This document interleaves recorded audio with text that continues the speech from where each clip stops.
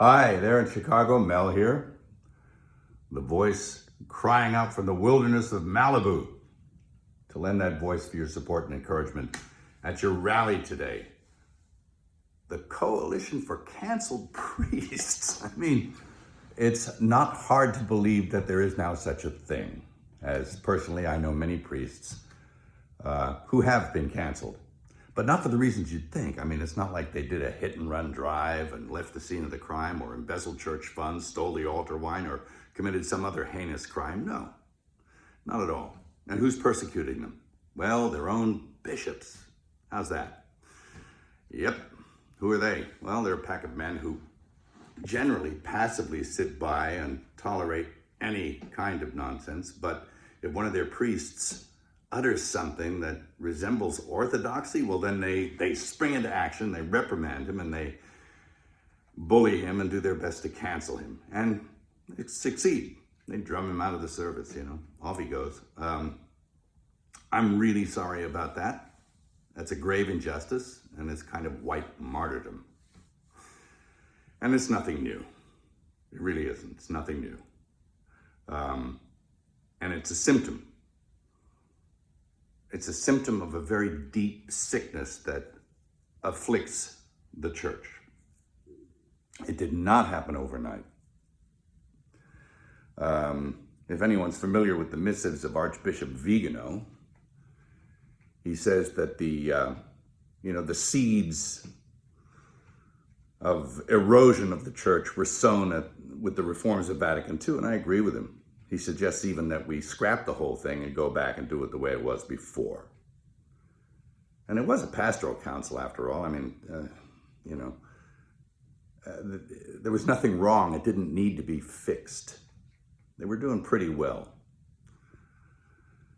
At any rate, and I've had my own run-in with the bishops. Who are they? Well, I remember when I directed The Passion, I went to the USCCB to get support for the film. And those men couldn't get away from me fast enough.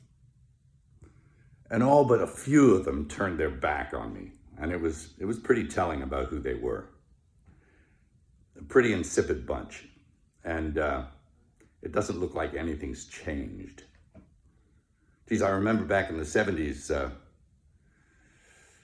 old priests, good priests, who were bullied and persecuted by their bishops. There was a rash of it back then also, and it was because they wanted to maintain what it was that they were ordained to do. They didn't want to go along with the new liturgy and the reforms of Vatican II, and so that they were really heavily leaned on. It was never abrogated, the old Mass, never, and it still hasn't been.